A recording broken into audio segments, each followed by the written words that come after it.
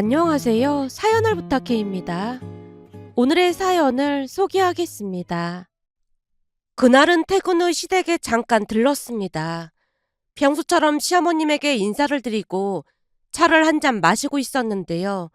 시어머님의 휴대폰이 울렸고 전화를 받으셨는데 시간이 갈수록 대화가 점점 격해졌습니다.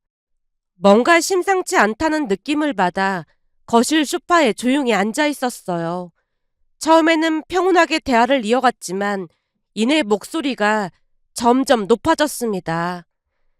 사부인, 그건 아니지요. 우리 며느리는 이제 결혼해서 우리 집으로 시집을 온 건데 명절 때는 당연히 우리 집에서 음식 준비하고 해야 하지 않겠어요? 그 말을 들으면서 조금 긴장하기 시작했습니다. 짐작해보건대 동서 이야기를 하고 계신 것 같았거든요.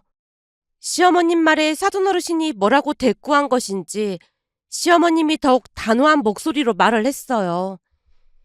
예전부터 출가 외인이란 말이 있는데 며느리가 가긴 어딜 갑니까? 우리 집은 연휴 내내 음식하고 손님 맞을 준비를 해야 해서 친정에 보낼 수 없습니다. 사부인께서 그렇게 서운해하셔도 저희 입장에서 어쩔 수 없어요. 시어머님이 한숨을 내쉬며 계속해서 전화를 이어갔습니다. 사부인, 명절 당일이 지나도 손이 가는 일들이 한두 가지가 아니에요. 게다가 둘째 학벌이 그렇게 좋은 것도 아닌데 이런 일이라도 열심히 해야 하지 않겠어요? 시어머님 입에서 학벌 이야기가 나왔기에 깜짝 놀랄 수밖에 없었는데요. 시어머님은 전화 통화를 끝내고 난 뒤에도 흥분이 가라앉지 않은 듯 혼자 몇 마디 더 중얼거렸습니다. 그 모습에 아무 말도 할 수 없었고 어색한 공기 속에서 그 자리를 지켜야 했습니다. 그때가 제가 결혼한 지 딱 2년 차쯤이었는데요. 시댁에서 명절을 지내면서 시어머님과 함께 음식을 준비하긴 했지만 그다지 힘들지 않았습니다. 제가 알고 있던 시어머님은 결혼 초부터 제게 큰 부담을 주지 않으셨거든요. 명절날 간단히 돕기만 하면 된다고 하셨고 그 모습에 저를 많이 배려해 주신다고 생각했어요. 그런 시어머님이 동서의 학벌을 문제 삼으며 명절에 동서는 친정에 갈 수 없다고 말하는 모습에 큰 충격을 받을 수밖에 없었습니다. 학벌이 좋고 나쁨이 가족을 대하는 태도에 영향을 미칠 수 있다는 시어머님의 말에 충격과 혼란스러움이 밀려왔으니까요. 시어머님과 사돈어르신이 통화하는 내용을 듣고 나니 마음이 복잡했습니다. 결국 고민 끝에 불만 섞인 목소리로 시어머님께 물었어요. 어머님, 그럼 저도 명절에 친정에 못 가는 건가요? 제 질문에 시어머님이 잠시 멈칫하시더니 당황한 표정으로 저를 바라봤습니다.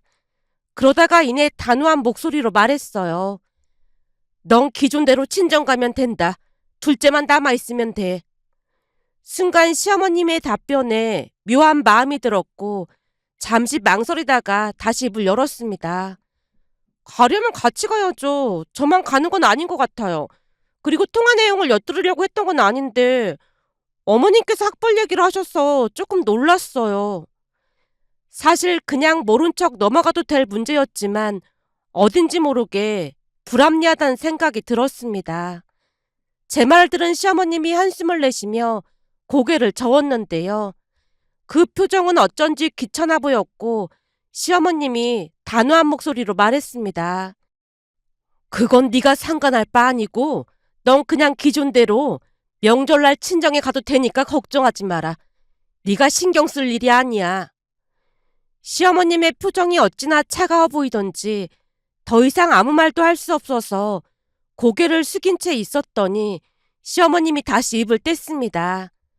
차 다 마셨으면 그만 가봐라. 아, 네, 알겠습니다. 실망 가득한 마음으로 시댁을 나와야만 했는데요. 집으로 돌아가는 내내 머릿속에서는 시어머님이 했던 말들이 떠나질 않았어요. 그날 시어머님의 말에 많이 혼란스러울 수밖에 없었으니까요. 시댁에서 있었던 일 때문에 머릿속이 복잡한 상태로 집에 돌아왔고 집에 들어서자마자 남편이 조용히 물었습니다. 어디 갔다 오는 거야? 남편의 물음에 최대한 평온한 척하며 대답했어요. 저번 주에 어머님이 반찬 해다 주셨잖아. 감사해서 과일 좀 사다 드리고 왔어. 제가 힘없는 목소리로 대답을 하자 평소와 다르다는 걸 눈치챘던 것인지 남편이 걱정스러운 얼굴로 저를 바라보며 다시 물었어요. 근데 표정이 왜 그래? 내 표정이 왜? 평소랑 다르게 많이 어두워 보이는데 혹시 엄마가 뭐라고 한 거야? 남편의 질문에 머뭇거리다 대답했습니다. 뭐라고 한 건 아닌데 어머님이 학벌 그런 걸 많이 따지시는 편이었나? 남편이 의아한 표정으로 대답했어요. 학벌? 글쎄, 동생이랑 내가 좋은 학교 들어갔을 때 엄청 좋아하긴 하셨지. 근데 그건 왜 물어? 잠시 고민하다가 조심스레 속내를 털어놨습니다. 이런 말 해도 될지 모르겠는데 동서가 학벌이 안 좋다고 하면서 사돈어르신한테 명절날 친정에 못 보낸다는 말씀을 하시더라고. 제 말에 남편이 깜짝 놀라며 눈을 크게 뜨더니 믿을 수 없다는 듯 펄쩍 뛰었어요. 뭐? 엄마가 그런 말을 했단 말이야? 그렇다니까. 내가 분명히 들었어. 남편이 여전히 믿기 어렵다는 표정으로 고개를 저으며 말했어요. 당신이 잘못 들었겠지. 재수 씨가 어느 대학 나왔는지 다 알고 있었지만 결혼 반대 안 했는데 우리 엄마가 설마 그러겠어? 당신이 잘못 들었을 거야. 우리 엄마 그렇게 이상한 분 아닌 거 당신도 잘 알잖아. 남편이 그 어느 때보다 강하게 반응하니 더 이상 어떠한 말도 할 수 없었는데요. 사실 그동안 시어머님은 제게 한없이 따뜻하고 좋은 분이셨거든요. 결혼 초부터 명절 때마다 우리는 음식 많이 안 하니까 친정에 가서 명절 지내다가 와. 우리끼리 해도 금방 하거든. 그래도 어떻게 그래요. 아님 추석에는 친정에 먼저 가고 설에는 여기로 먼저 오던지 하면 되지. 나 그렇게 꽉 막힌 사람 아니니까 걱정할 거 없다. 시어머님이 웃으며 괜찮다고 말했고 결혼 후 늘 배려해 주셨거든요. 그런데 그날 시어머님 입에서 학벌 이야기가 나왔으니 제가 얼마나 놀랐겠어요. 설마 제 학벌이 나쁘지 않아서 그랬던 건가 하는 생각마저 들었습니다.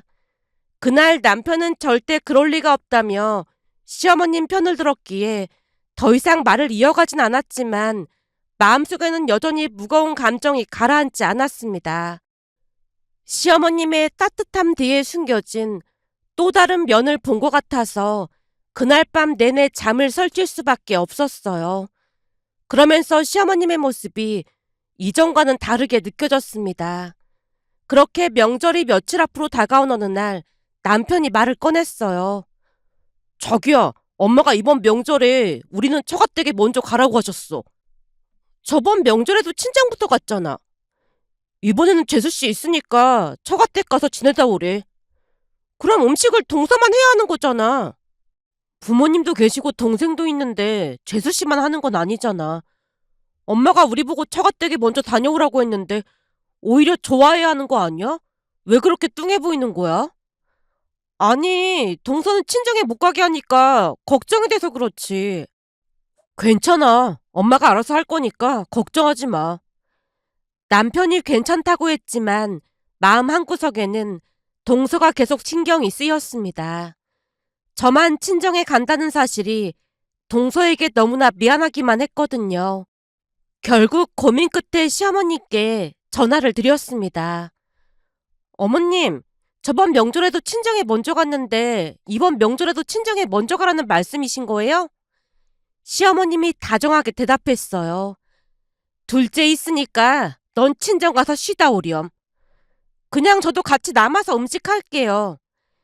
다른 집 며느리들은 친정 먼저 가라고 하면 좋아한다고 하던데 넌 오히려 불만인 것 같아 보이는구나. 그게 아니라 동서 눈치가 보여서요. 시어머님이 잠시 멈칫하더니 단호하게 말했습니다. 눈치 보일 게 뭐가 있어. 워낙 조용한 애라 그럴 리도 없으니까 걱정하지 말고 친정에서 푹 쉬다 오렴. 시어머님이 다시 한번 친정에 가서 쉬라는 당부를 하고 전화를 끊었어요. 결국 저는 남편과 함께 친정으로 향할 수밖에 없었는데요. 명절 전날 친정에 도착하자마자 엄마가 눈을 동그랗게 뜨고 물었습니다. 왜 여기로 왔어? 동서 있다고 어머님이 친정으로 가라고 하시더라고. 뭐? 얘가 정신이 나갔네. 그런다고 여기로 오면 어떡해. 그 말에 한숨을 쉬며 투덜거렸습니다. 막무가내로 가라고 하시는데 방법이 없잖아. 제가 불만스럽게 말하자 엄마가 걱정스러운 표정으로 물었습니다. 너 혹시 사부인한테 찍힌 거 아니야? 찍히다니 무슨 그런 말을 해. 제가 버럭 화를 내자 엄마가 먹구름 가득한 얼굴로 대답했습니다. 혹시 너한테 불만이 있는 게 아니냐는 거지. 요즘 며느리들 중에는 싸가지 없는 며느리들이 많다 보니까 오히려 오지 말라고 하는 경우도 많다던데 그런 거 아니야? 설마 내가 그랬겠어? 나 그렇게 개념 없는 며느리 아니거든. 제가 억울한 마음에 엄마 손을 잡고 방으로 들어가서 그동안 있었던 일들을 차근차근 이야기하기 시작했는데요. 조용히 제 이야기를 듣던 엄마가 한숨을 내쉬며 손사래를 쳤어요. 사부인이 학벌 가지고 그럴 뿐이 아니지. 네가 뭔가 오해를 한 거 아니야? 내가 분명히 들었다니까. 제 말에 엄마가 고개를 저으며 단호하게 말했어요. 다른 분도 아니고 사부인은 절대 그럴 뿐이 아니야. 그러니까 두 번 다시 그런 말 꺼내지도 마. 엄마는 제 말을 믿지 않았고 오히려 한심하다는 표정으로 방을 나갔는데 순간 큰 벽에 부딪힌 듯한 기분이 들었습니다. 그 누구도 제가 들었던 그 말을 믿어주지 않았으니까요. 마치 제가 이간질을 시킨다는 듯한 그런 느낌마저 들었습니다. 명절날 친정에서 아침밥을 먹고 나자 엄마가 말을 꺼냈어요. 밥 먹었으니까 얼른 가봐. 어머님이 천천히 오라고 했다니까. 네가 이러니까 눈치가 없다는 거야. 얼른 준비해서 가도록 해. 그리고 다음 명절에는 여기 오지 말고 시댁으로 가고 말이야. 엄마가 등을 떠비는 바람에 바로 시댁으로 갔습니다. 그런데 시댁에 들어갔더니 가족들이 모여 앉아 고스톱을 치고 있는 게 아니겠어요? 우리를 보자마자 시어머님이 반갑게 손짓했어요. 왔니? 니들도 얼른 앉아라. 이 고스톱은 여럿이 같이 쳐야 제맛이거든. 그 모습을 보면서 왠지 마음이 불편해졌고 가족 모두 들으라는 듯 일부러 큰 소리로 물었어요. 동서, 친정 가야 하는 거 아니야? 거실에 있던 시어머님과 가족들이 순간 멈칫했지만 시어머님이 바로 패를 돌리며 아무렇지도 않게 대답했어요. 지금 한참 재밌으려고 하는데 가긴 어딜 가. 니들도 얼른 앉아라. 시어머님 말에 한숨을 삼키며 다시 용기를 내서 말했습니다. 어머님, 동서 친정에 가야 하잖아요. 그러자 순간 시어머님의 얼굴이 굳어지더니 버럭 외쳤어요. 지금 분위기 딱 좋은데 분위기 깰 거면 니들이나 그만 가봐라. 그 말에 순간 온 집안이 얼어붙는 듯한 느낌이 들었지만 저는 멈추지 않고 동서의 얼굴을 보며 다시 말했어요. 동서도 친정 가야 하잖아요. 제 말이 끝나자마자 동서가 당황한 표정으로 제 손을 살며시 잡으며 말렸습니다. 형님, 저는 괜찮아요. 그런 동서를 보며 시어머님이 다시 흐뭇한 표정으로 말을 덧붙였어요. 거봐라, 둘째가 괜찮다고 하잖니. 고스톱 치기 싫으면 니들은 가서 먹을 것 좀 사오던지. 시어머님이 여전히 단호하게 말했기에 더 이상 아무 말도 할 수가 없었습니다. 결국 남편과 함께 무거운 마음을 안고 집 밖으로 나왔는데요. 문을 닫고 나오던 순간까지도 동서가 억지로 웃는 표정이 떠올라 마음이 무겁기만 했습니다.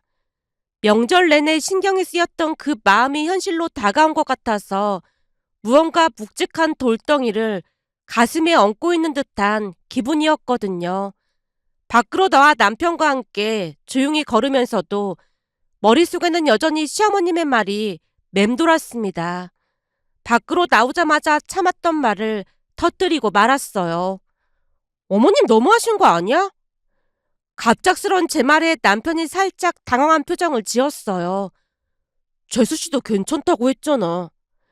제가 걸음을 멈추고 남편을 마주보며 어이없다는 듯 말을 꺼냈습니다.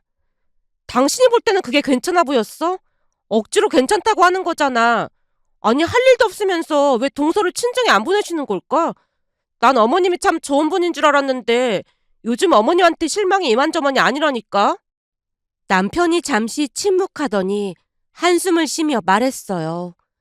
왜 그렇게 예민하게 받아들이는 거야? 엄마가 무슨 생각이 있어서 그러겠지. 내가 볼 때는 재수 씨 기분도 썩 나빠 보이지 않았어. 그러니까 그냥 조용히 있자. 남편이 제 눈을 피하고 있었습니다. 그 모습을 보며 남편도 잘못된 것을 알고 있지만 왠지 귀찮아서 피하는 느낌이었다고 해야 할까요? 그런 남편의 모습에 더욱 화가 나서 버럭하고 말았어요. 내가 볼 때 동서 학벌이 안 좋다고 어머님이 대놓고 무시하는 것 같아.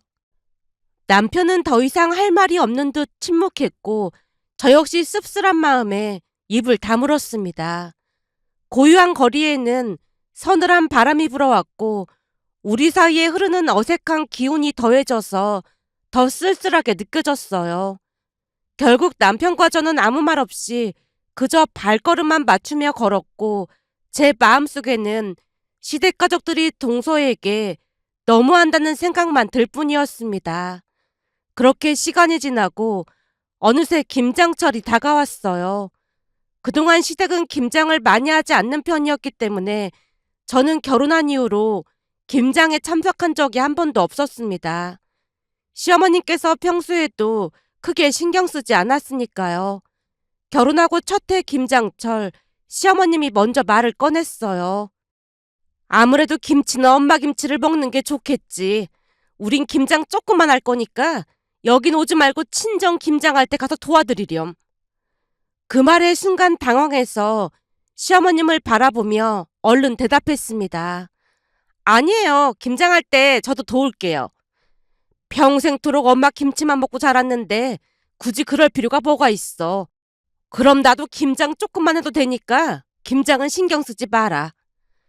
저도 더 이상 할 말이 없어서 그저 고개를 끄덕일 수밖에 없었습니다.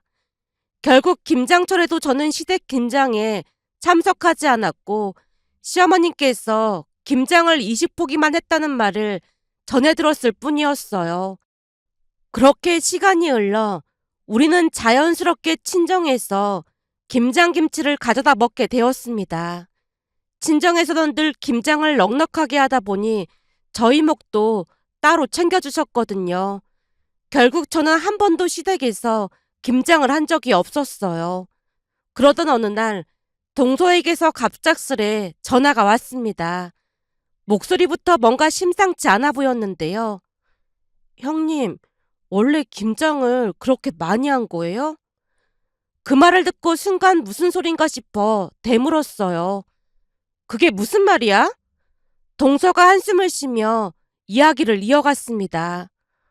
어머님이 김장을 200포기나 할 거라고 하시면서 단단히 준비하라고 하더라고요. 동서, 지금 뭐라고 했어? 200포기? 네, 저도 깜짝 놀랐어요. 사실은 어머니께서 저한테 전화를 하셨는데 친정 김장 날짜가 언제인지 확인해 보라고 하시길래 엄마한테 김장하는 날을 물어봐서 말씀드리자마자 그날 시댁도 김장이라고 하면서 참석하라고 하셨어요. 동서의 말에 저는 점점 더 당황스러워졌습니다. 시어머님이 굳이 동서네 친정 김장 날짜에 맞춰서 시댁 김장 날짜를 정했다는 게 납득되지 않았거든요. 동서도 난감한 듯 이야기를 이어갔습니다. 그래서 제가 친정엄마한테 김장 날짜를 바꿀 수 있는지 물어봤어요. 근데 이미 절임 배추를 주문해놔서 날짜를 바꾸기 힘들다고 하시더라고요. 그래서 어머니께 다시 김장 날짜를 바꿀 수 있냐고 여쭤봤더니 절대 안 된다고 단호하게 말씀하시더라고요. 근데 무슨 김장을 200포기씩이나 하는 거예요? 동서의 목소리에서 난처함과 피곤함이 묻어났습니다. 동서에게 더욱 자세히 이야기를 들어보니 김장으로 인해 결국 일이 커졌다고 했어요. 동서의 어머님, 그러니까 사돈어르신이 시어머님에게 전화를 해서 강하게 항의를 하셨다고 하네요. 사부인, 그날 우리 집이 김장하는 날인데 다른 날짜로 좀 바꿔주시죠. 저희는 절대 날짜 못 바꿉니다. 그리고 사부인, 자고로 결혼한 며느리가 시댁에서 해야 할 도리라는 게 있잖아요. 시댁 김장을 먼저 챙기는 게 도리 아니겠어요? 그때도 말씀드렸지만 출가 외인인데 왜 자꾸만 우리 며느리를 불러대시는 겁니까? 결국 두 분이 크게 말다툼을 했던 모양이었습니다. 동서가 긴 한숨을 내쉬며 그 상황을 설명했어요. 형님, 저 어떻게 해야 하죠? 어머님은 절대 김장 날짜를 바꿀 수 없다고 하시고 엄마는 엄마대로 화가 나 있고 저도 정말 난감해요. 동서와 통화를 마친 뒤 머릿속이 복잡해졌습니다. 시어머님이 김장을 200포기나 한다는 이야기를 듣고 도무지 믿기지가 않았거든요. 평소에 시댁에서 김장을 많이 하지 않는다는 걸 익히 알고 있었던지라 동서의 말이 충격으로 다가왔으니까요. 결국 확인해봐야겠다는 생각이 들어 시어머님께 전화를 걸었습니다. 어머님, 저예요. 그게 이번에 김장을 200포기 하신다면서요? 그래, 이번에는 둘째도 들어왔고 하니까 그 정도 할 생각이다. 그 말에 숨을 깊이 들이쉬고 조심스럽게 물었습니다. 어머님, 평소에는 조금만 하셨는데 너무 많이 하시는 거 아니에요? 200포기가 진짜 어마어마한 양인데 그거 다 먹지도 못할 것 같은데요? 친척들도 나눠주고 하려면 넉넉하게 해야 하지 않겠니?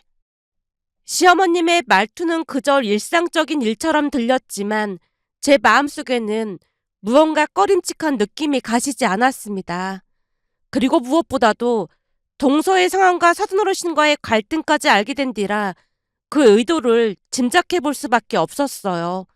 하지만 시어머님께 더 묻고 따지기도 어려운 상황이었고 저는 그저 시어머님의 태연한 목소리에 얼버무리며 전화를 끊을 수밖에 없었습니다. 전화를 끊고 나서도 마음속에는 불안과 의문이 남아 머릿속에서 떠나지 않았습니다. 200폭이라는 그 숫자가 주는 무게가 너무 크게 느껴졌거든요. 결국 그에 저도 김장에 참여할 수밖에 없었기에 금요일 저녁 시댁으로 향했습니다. 시댁으로 가는 내내 김장 200폭이라는 말이 머릿속에서 떠나지 않았는데요. 그 많은 김장을 어떻게 해야 할지 두렵기까지 했으니까요. 결국 잔뜩 긴장한 마음으로 시댁에 도착을 했는데요. 막상 시댁에 도착하고 나서 보니 분위기는 예상과는 전혀 달랐습니다. 시어머님이 분명히 200폭이라는 말을 했기에 어마어마할 것이라고 생각했지만 집안이 놀라울 정도로 조용하기만 했어요. 시어머님이 주방에 계시긴 했지만 그리 바쁘게 움직이시는 것도 아니었고 오히려 한가해 보였다고 해야 할까요? 김장 준비로 분주해야 할 주방과 거실은 평소와 다를 게 없어 보였거든요. 심지어 김장에 쓸 도구들도 전혀 보이지 않았어요. 이게 대체 어떻게 된 일인가 싶어 궁금증을 참지 못하고 시어머니께 물었습니다. 어머님, 배추 200포기는 어디 있는 거예요? 200포기면 준비할 게 엄청 많을 것 같은데요? 그러자 시어머님이 주방으로 저를 데리고 가더니 배추 몇 포기를 보여주며 말했어요. 여기 있잖니. 올해는 30포기만 할 생각이거든. 네? 200포기 한다고 하셨잖아요. 시어머님이 아무렇지도 않은 표정으로 고개를 저으며 피식 웃었습니다. 30포기만 해도 우리 집 식구들 충분히 먹고도 남는데 뭐하라 그러겠어. 제가 어리둥절한 표정으로 서 있자 시어머님이 작은 목소리로 말을 이어갔습니다. 사연이 좀 있어서 그랬던 것뿐이야. 네 동서한테는 비밀인데 말이야. 시어머님이 주변을 두리번거리고 있었는데요. 혹시나 동서가 들을까봐 걱정을 하고 있는 것 같아 보였습니다. 그 모습에 제가 물었어요. 동서는 아직 안 온 거예요? 시어머님이 마치 그 말을 기다렸다는 듯 웃으며 대답했습니다. 나중에 수육해 먹게 미리 고기나 좀 사오라고 했어. 어머님, 그 사연이라는 게 무슨 사연이에요? 제 물음에 시어머님이 상견례 때 이야기를 해줬는데요. 우리는 참석하지 않았고 동서와 서방님 그리고 양가 부모님만 참석한 자리였어요. 처음에는 양가 부모님이 서로 덕담을 나누며 나름 화기애애한 분위기 속에서 시작을 했다네요. 그러나 시간이 지나자 안사돈 어르신 입에서 기가 막힌 말이 터져나왔답니다. 우리 수진이 때문에 소가리를 얼마나 했는지 모르겠습니다. 다른 자식들은 다들 똑똑한데 혼자만 공부도 못하고 진짜 살다 살다가 저렇게 공부를 못하는 애는 처음 봤다니까요. 오죽했으면 애가 바뀐 게 아닌가 하고 유전자 검사까지 해봤겠어요. 안사돈 어르신 말에 상견례 분위기가 순식간에 어색해졌고 시부모님과 서방님이 당황한 채 표정이 굳어졌답니다. 하지만 안사돈 어르신은 멈추지 않고 동서를 향해 차가운 말들을 이어갔다네요. 한마디로 우리 집안의 수치나 다름이 없습니다. 그래도 김서방이 좋은 대학 나왔으니까 얼마나 다행입니까?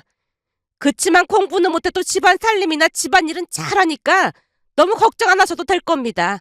우리 집에서도 김장부터 제사 음식까지 전부 수진이가 다 했거든요. 그래서 말인데 결혼해도 수진이가 와서 도울 게 한두 가지가 아니니까 그 부분은 양해 좀 부탁드리겠습니다. 그 말에 동서의 얼굴이 하얗게 질렸고 시어머님이 딱히 대답을 하진 않았던 모양이었습니다. 다만 시어머님이 고개를 돌려 동서를 쳐다봤더니 동서가 고개를 숙인 채 눈가가 붉어지고 있었답니다. 상견 옛날 당신 자식 칭찬만 해서 불쾌감을 주는 사례가 있다는 소리는 들었지만 배 아파 낳은 자식을 대놓고 무시하는 모습은 처음이었기에 시어머님이 조용히 입을 뗐다네요. 사부인, 학벌이 전부도 아닌데 무슨 그런 말씀을 하세요. 그날의 상견례는 결국 안서든 어르신의 일방적인 발언 속에서 차가운 분위기로 끝날 수밖에 없었고 시어머님도 큰 충격을 받은 채 동서가 그저 불쌍해 보였답니다. 그런 시어머님의 이야기를 들으며 제가 조용히 물었어요. 그럼 혹시 명절날 동서한테 친정 못 가게 한 것도 그것 때문이었던 거예요? 말도 마라. 들어보니까 나머지 가족들은 다들 놀고 먹으면서 식모처럼 수진이만 그렇게 일을 부려먹었다지 뭐니. 착해 빠져서 말도 못하고 그렇게 일만 한 모양이야. 설마 학벌 때문에 차별했다는 거예요? 둘째한테 들어보니까 그렇다고 하더라고. 요즘 세상이 어떤 세상인데 그러고 사는 건지 한심하더라니까. 그래서 내가 일부러 명절 때도 친정에 못 가게 한 거고 김장 때도 못 가게 하려고 그랬던 거야. 결혼 전에 김장 때 배추 절이는 것부터 전부 수진이가 다 했다지 뭐니. 그 말 듣는데 마음이 어찌나 아프던지. 그 와중에 수진이가 워낙 착하니까 안사돈이 하는 말을 그대로 따랐던 모양인데 어떻게든 부모한테 사랑받으려고 안간힘을 쓴 게 아닌가 싶어서 마음이 참 아프더라고. 시어머님의 진심을 듣고 고개가 절로 숙여졌습니다. 어머님께서 그런 생각이신 줄도 모르고 제가 오해했던 것 같아요. 정말 죄송합니다. 앞으로 당분간은 둘째 친정에 못 가게 할 거니까 너도 알고는 있어라. 네, 어머님. 제가 힘차게 대답했는데요. 그날 우리는 김장을 하는 대신 수육을 해서 막걸리를 마시며 다 함께 고스톱을 치며 즐거운 시간을 보냈습니다. 동서가 어리둥절해했지만 시어머님이 동서를 안심시켰어요. 내가 배추를 잘못 주문해서 30포기만 왔지 뭐니. 저건 금방 하니까 신경 쓰지 말고 편히 쉬다 가렴. 어머님, 저 생각해서 그래 주신 거죠. 명절 때부터 그런 것 같아서 정말 감사했습니다. 사실 명절 때나 김장철뿐만 아니라 친정 행사 때마다 저는 앉아서 쉬어본 적이 없거든요. 근데 어머님께서 너무 잘해주셔서 몸둘 바를 모르겠습니다. 이제 알았으면 너도 친정에 가서 그렇게 하지 않도록 해. 그까짓 학벌이 뭐라고 그러는 건지 난 당최 이해가 안 된다. 나도 고졸이니까 기죽을 필요 없어. 넌 대학까지 나왔으니까 나보다 학벌도 좋잖니. 내 말 무슨 말인지 알겠니? 시어머님 말에 동서가 연신 눈물을 훔쳤습니다. 잠시 후 동서가 잠이 들어서 작은 방에 눕혀주고는 시어머님을 보며 엄지손가락을 치켜 세웠어요. 어머님, 역시 최고예요. 그 와중에 둘째 챙기는 네 모습 보면서 나도 기분 좋았다. 앞으로도 부디 위에 있게 잘 지내렴. 난 니들한테 바라는 게 그거 하나밖에 없어. 알겠어요. 제가 최선을 다하겠습니다. 제가 거수 경례를 하자 시어머님이 제 머리를 쓰다듬어 주셨어요. 그렇게 모든 오해는 풀렸고 우리 가족은 지금도 행복하게 잘 지내고 있답니다. 물론 그 뒤 동서는 친정과 거리를 유지한 채 지내고 있습니다. 그동안 얼마나 마음고생이 심했던 것인지 친정 가족들을 그리워하지도 않는 모습에 마음이 아팠습니다. 며칠 전에도 사돈어르신이 김장에 참석하라고 했지만 동서가 거절했다는 말을 들으며 이제는 더 이상 혼자가 아니고 든든한 가족이 있다는 사실을 전하고 싶어 이렇게 글 남겨봅니다.